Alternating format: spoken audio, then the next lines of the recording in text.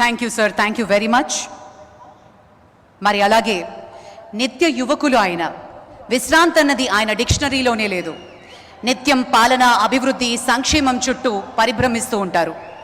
దేశంలో number 1 chief మినిస్టర్గా ఉన్న మన ప్రియతమ ముఖ్యమంత్రి వర్యులు చంద్రబాబు నాయుడు గారి అధికారం చేపట్టిన 6 నెలలకే ఆంధ్రప్రదేశ్ ప్రగతిని పట్టాలకెక్కించారు. ఆర్థిక రాజధానిగా విశాఖను మార్చేస్తాం అంటూ హామీ కూడా ఇచ్చి అంతర్జాతీయ ప్రాజెక్టులను ఆయన బీజం వేశారు. రాష్ట్ర అభివృద్ధి చెందాలి అంటే కేంద్రం మద్దతు ఎంతగానో అవసరమని భావిస్తూ మన ప్రియతమ ముఖ్యమంత్రి వర్యులు ఇప్పుడు ఎన్నో సాహసోపేతమైనటువంటి నిర్ణయాలు కూడా తీసుకుంటూ ఉన్నారు. విశాఖ వచ్చే పారిశ్రామికవేత్తలకు స్వాగతం పలకడం మాత్రమే కాదు, వారికి కావలసిన మౌలిక సదుపాయాల కల్పన కూడా ప్రభుత్వం బాధ్యత వహించాలి అంటూ ఆయన స్పష్టం చేస్తూ వస్తారు. వైజాగ్ రండి అంటూ జాతీయ, అంతర్జాతీయ సంస్థలకు స్వాగతం పలుకుతున్నారు. అమరావతిలో నూతన నిర్మాణాలకు శ్రీకారం చుట్టారు మన ప్రియతమ ముఖ్యమంత్రి వర్యులు. అభివృద్ధి బాటగా శిఖరాగ్రాన నిలపాలి ఆంధ్రప్రదేశ్ని అనే ఆయన సంకల్పం నెరవేరాలి అంటూ మనస్ఫూర్తిగా కోరుకుంటూ ప్రియతమ ముఖ్యమంత్రి వర్యులు శ్రీ నారా చంద్రబాబు నాయుడు గారి అమూల్య సందేశం.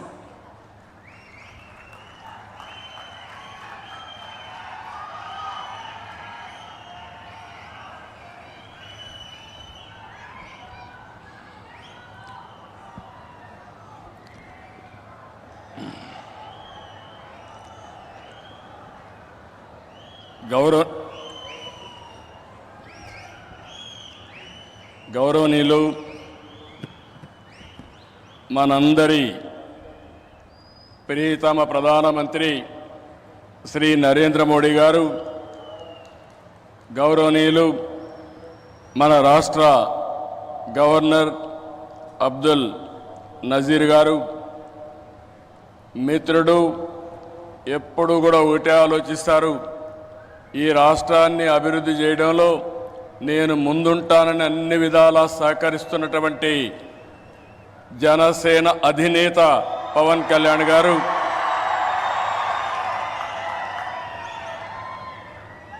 వేదికపైనున్న కేంద్ర మంత్రులు,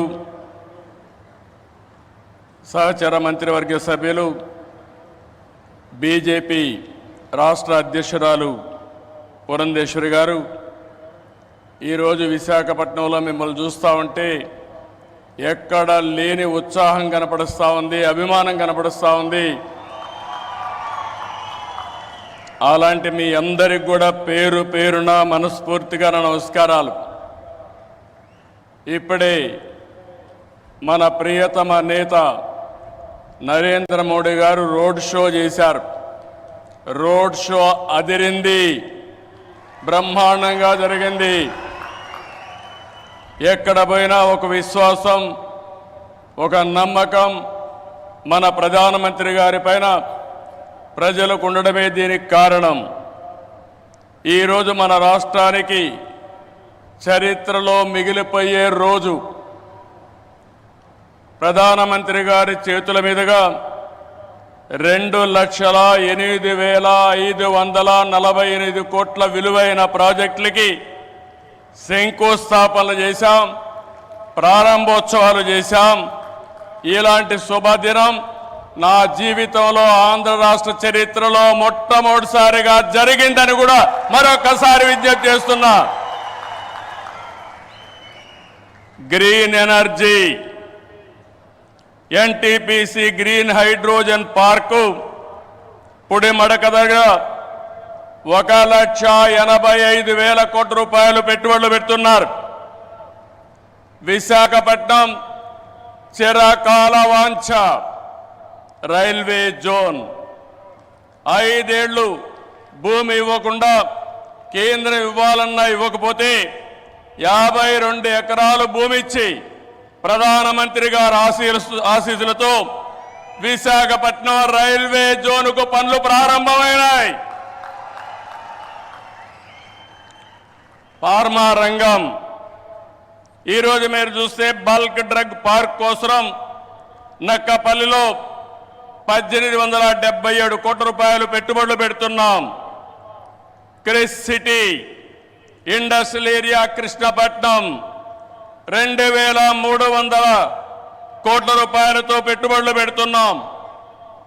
7 రైల్వే ప్రాజెక్టులకు శంకుస్థాపన చేశాం. 6,177 కోట్ల రూపాయలు పెట్టుబడులు పెడుతున్నాం. 3 రైల్వే ప్రాజెక్టులు ప్రారంభం చేస్తున్నాం. 5,718 కోట్ల రూపాయల ప్రాజెక్టులు ఈరోజు ప్రారంభమవుతున్నాయి. 10 జాతీయ రహదారులకు శంకుస్థాపన, 321 కిలోమీటర్లు, దగ్గర 4,593 కోట్లు. 7 జాతీయ రహదారులకు ప్రారంభోత్సవం, 234 కోట్లు, 234 కిలోమీటర్లు, 3,044 కోట్ల రూపాయలు పెట్టుబడులు. ప్రభుత్వం వచ్చి 7 నెలలైంది. నరేంద్ర మోడీ గారు మొదటిసారిగా ఎన్నికలైన తర్వాత ఇక్కడికి వచ్చారు. వచ్చిన వెంటనే మీరు చూస్తే 2,548 కోట్లకు ప్రారంభోత్సవాలు, ఫౌండేషన్లు వేశారంటే ఆంధ్ర రాష్ట్రం మొత్తం వినపడేట్టుగా గట్టిగా చప్పట్లు కొట్టి నరేంద్ర మోడీ గారిని అభినందించాలి. ఇది మనం వారికి తెలియజేసి ధన్యవాదాలని చెప్పి కూడా నేను మీకు తెలియజేస్తున్నా. ఈరోజు మీరు ఒకసారి చూస్తే ఇలాంటి అనేక కార్యక్రమాలు అనునిత్యం చేపట్టి అభివృద్ధి పనులన్నీ చేస్తూ అసాధ్యాన్ని సుసాధ్యం చేసి ప్రజలకు దగ్గరైన వ్యక్తి నరేంద్ర మోడీ గారని చెప్పి నేను మీకు తెలియజేస్తున్నాను. ఈరోజు ఇంకొక పక్క మనం చూస్తే 1-2 కార్యక్రమాలు కాదు, అనేక కార్యక్రమాలకు శ్రీకారం చుడుతున్నారు. మోదీ గారి యొక్క అభిమానం, కొంతమంది మాట్లాడుతున్నారు ఉత్తరాంధ్రకే పరిమితమని. కాదు, దేశం మొత్తం, ప్రపంచం మొత్తం మెచ్చే ఏకైక నాయకుడు నరేంద్ర మోడీ గారిని మీకు విజ్ఞప్తి చేస్తున్నా.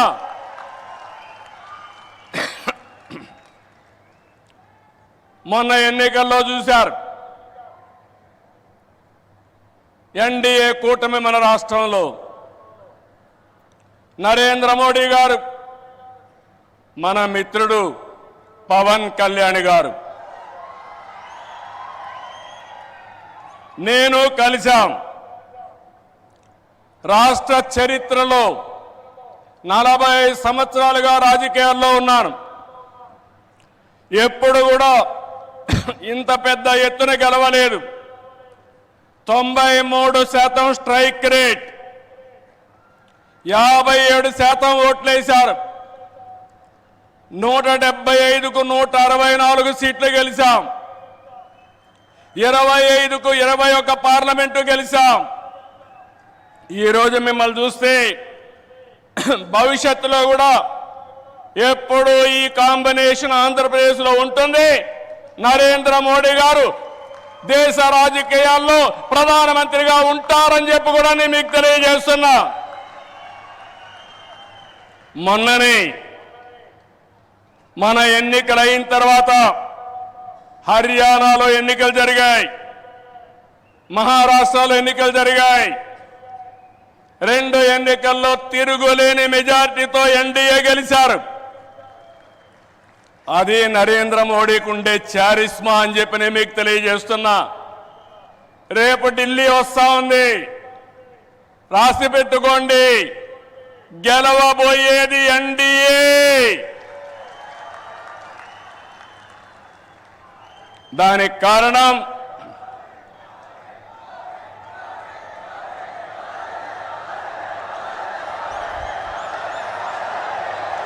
గుడ్, దేశం కోసం పనిచేస్తే ప్రజలందరూ ఆయనతో ఉంటారు. This is where I'm appealing sir, they are all with you. You are fighting for the nation, for the poor people. All people are with you. Show your hands, we are with Narendra Modi.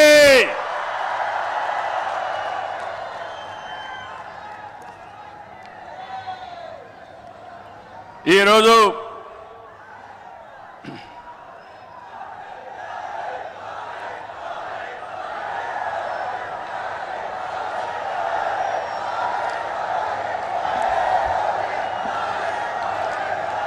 సంక్షేమం, అభివృద్ధి, సంస్కరణలు, సుపరిపాలన ఇవన్నిటితో నరేంద్ర మోడీ గారు దేశాన్ని ముందుకు తీసుకెళ్తున్నారు.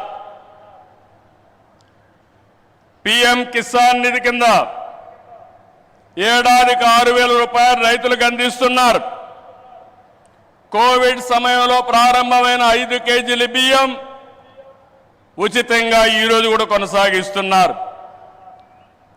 దేశాన్ని బలమైన ఆర్థిక శక్తిగా మార్చడానికి make in India, startup India, skill India, digital India, Gati Shakti, Bharatmala వంటి ఉద్యమ కార్యక్రమాలతో దేశాన్ని ముందుకు తీసుకెళ్తున్నారు.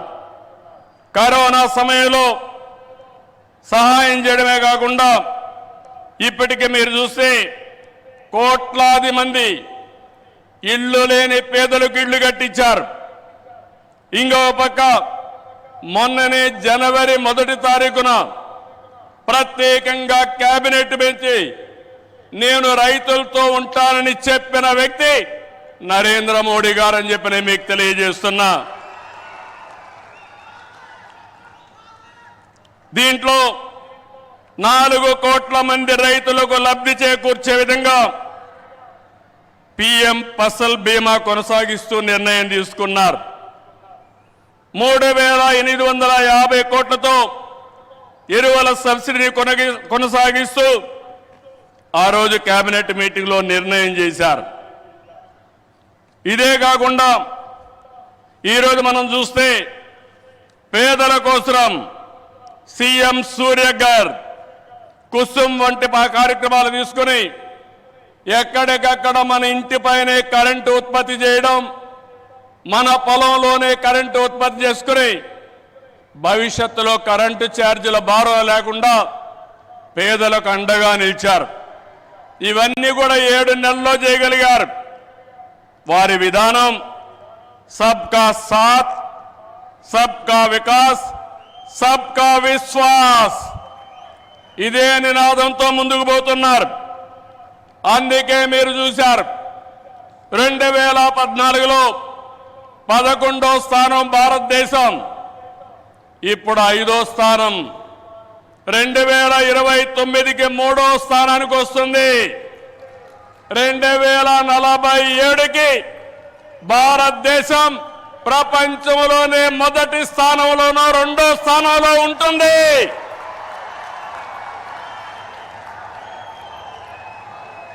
ఇది ఏరే వాళ్ళకు సాధ్యం కాదు, ఒక్క నరేంద్ర మోడీ గారికే సాధ్యం.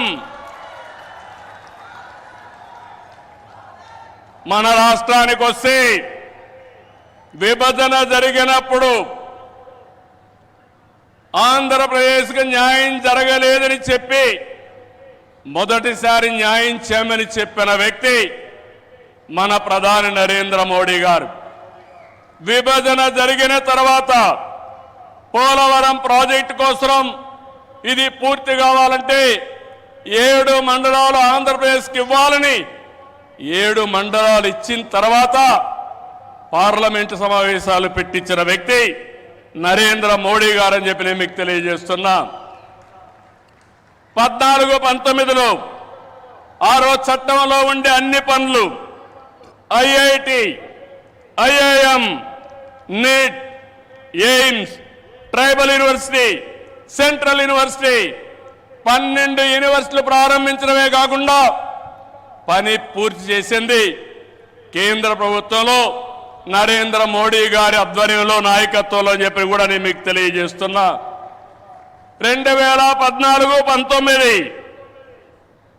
చాలా ఇబ్బందులు పడ్డాం, అనేక సమస్యలు వచ్చాయి. రాష్ట్రం వెంటిలేటర్ పైన పోయే పరిస్థితి వచ్చింది. కానీ కేంద్రం మనకు అండగా నిలిచింది. ఒక్కొక్క సమస్య పరిష్కారం చేసుకుంటూ ఒక్కొక్క ఇటుక పేర్చుకుంటూ రాష్ట్ర పునర్నిర్మాణం కోసం ముందుకు పోతున్నాం. పింఛన్లు ఇచ్చాం, అన్నా క్యాంటీన్లు పెట్టాం, దీపం 2 కింద ఆడబిడ్డలకి వంట గ్యాస్ సిలిండర్లు ఇచ్చాం. మెగా డిఎస్సికి తొందరలోనే ఇంటర్వ్యూలు పిలిచే పరిస్థితికి వచ్చాం.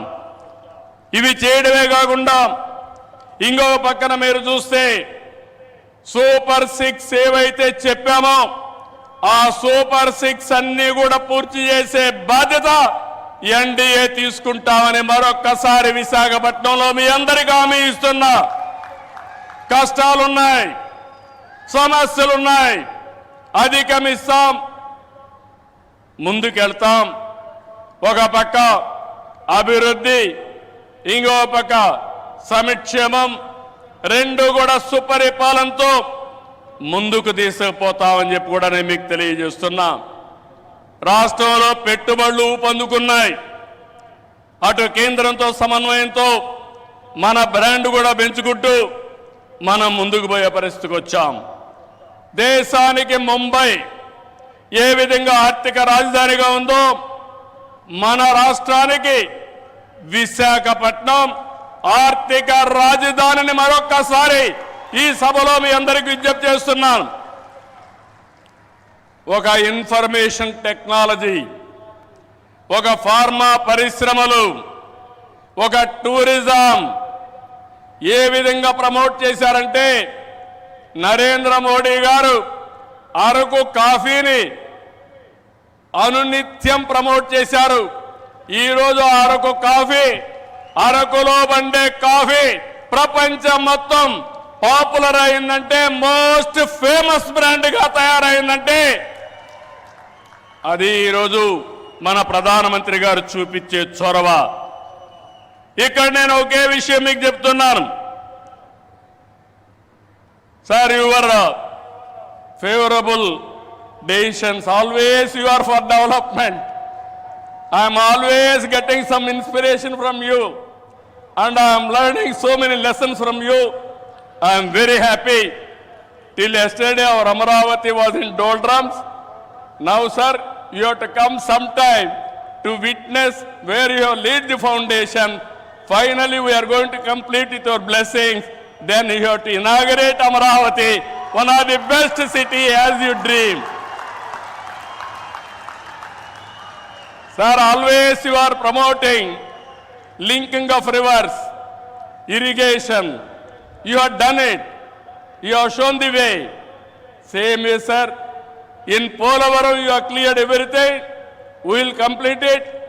Under your leadership, intra-linking of rivers, we will start immediately.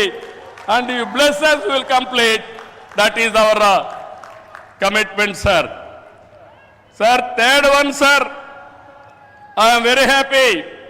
Under your leadership, BPCL, one of the most important refinery has come in Ramayanpatnam, one of the most backward areas, sir. It is nearly 70,000 crores. I am thanking on behalf of Andhra Pradesh people. Give big applause for our Prime Minister.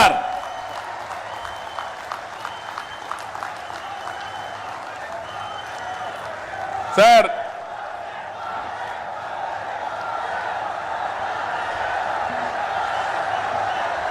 some more things you have to hear.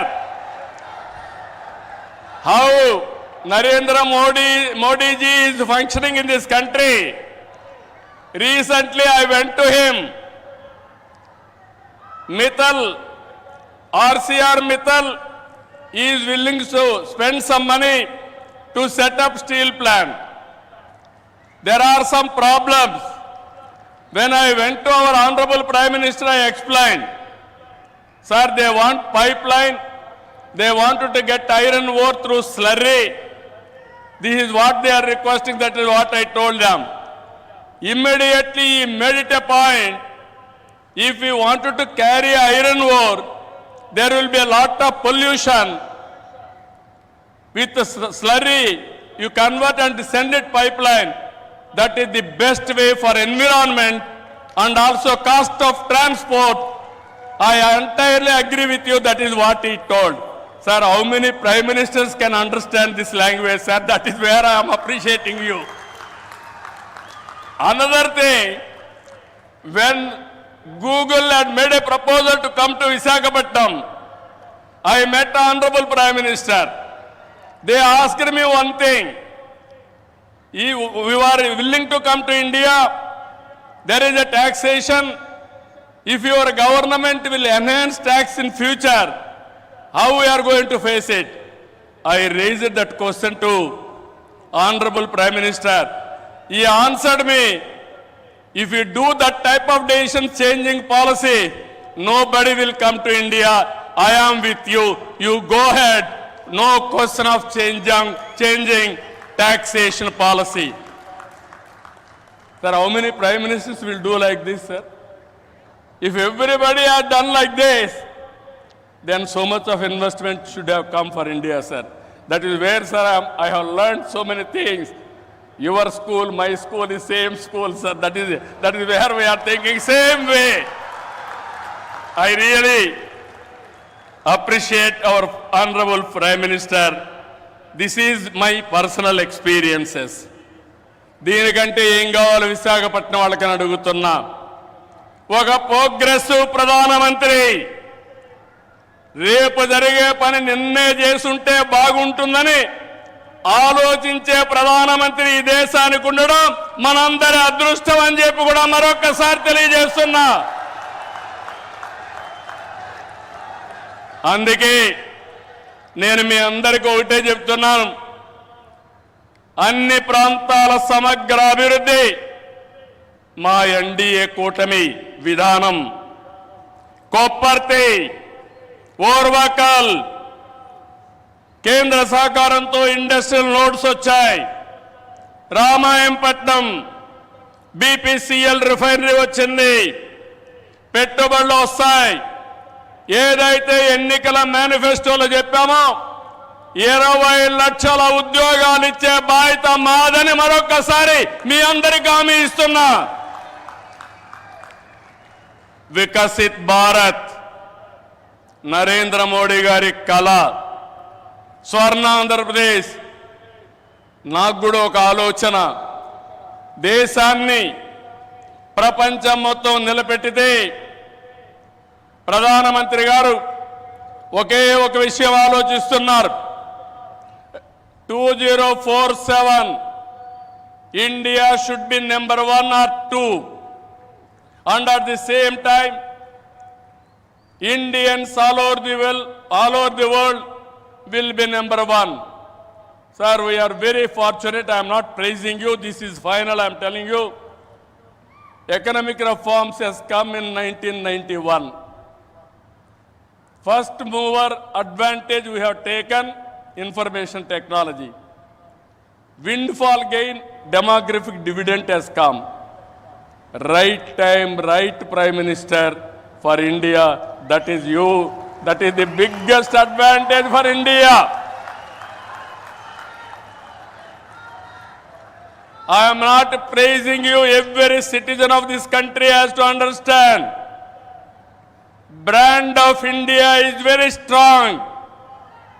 Wherever you go, Narendra Modi ji is standing very tall compared to all global leaders. He is no more Indian leader. He is the global leader. Under his leadership, he promoted India. Sir, I have seen so many politics. Today, why I am saying all these things with conviction, I am talking. Under your leadership, India will prosper. That's where we are all proud of you, sir. It is going to happen.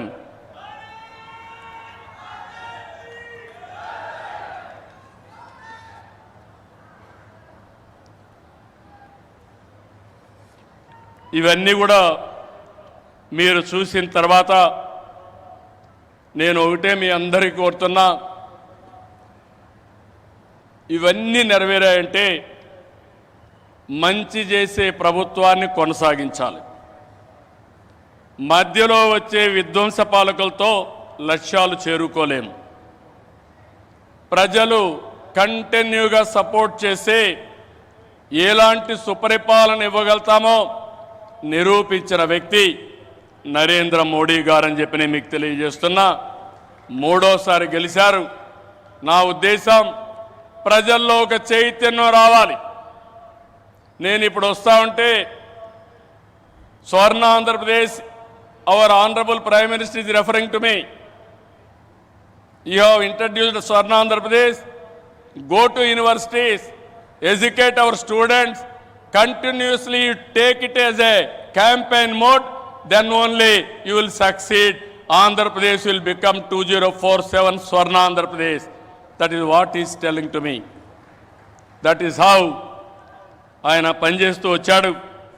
ఈరోజు అందుకని నేను మిమ్మల్ని ఒకటే కోరుతున్నా, NDA బలంగా ఉంటే భారతదేశం బలంగా ఉంటుంది. ఇక్కడ కూటమి ప్రభుత్వం బలంగా ఉంటే ఆంధ్ర రాష్ట్రం బలంగా ఉంటుంది. డబల్ ఇంజన్ సర్కార్, డబల్ డిజిట్ గ్రోత్ అంటే కేంద్రం రాష్ట్రం ఇద్దరం కలిసి పనిచేస్తే, రెండు ప్రభుత్వాలు ఒకటిగా ఉంటే రెండంకెల అభివృద్ధి సాధ్యం. అప్పుడే పేదరిక నిర్మూలన సాధ్యం. పేదరిక నిర్మూలన, ఈ దేశ అభివృద్ధి నరేంద్ర మోడీ గారు దేశమంతా చేసి, ఈ ఆంధ్ర రాష్ట్రంలో మా కూటమి తరఫున మీ అందరికీ హామీ ఇస్తున్నా, జీరో పావర్టీ, ఆర్థిక అసమానతలు తగ్గించే విధానానికి ముందుకు పోతామని మరొక్కసారి తెలియజేసుకుంటూ, అందులో భాగంగానే ఇది మొదటి అడుగు, మంచి అడుగు. ఇక్కడి నుంచి అన్ని జయాలే తప్ప అపజయం అంటూ ఉండదని మీ అందరికీ హామీ ఇస్తూ అందరికీ నమస్కారాలు. జై హింద్.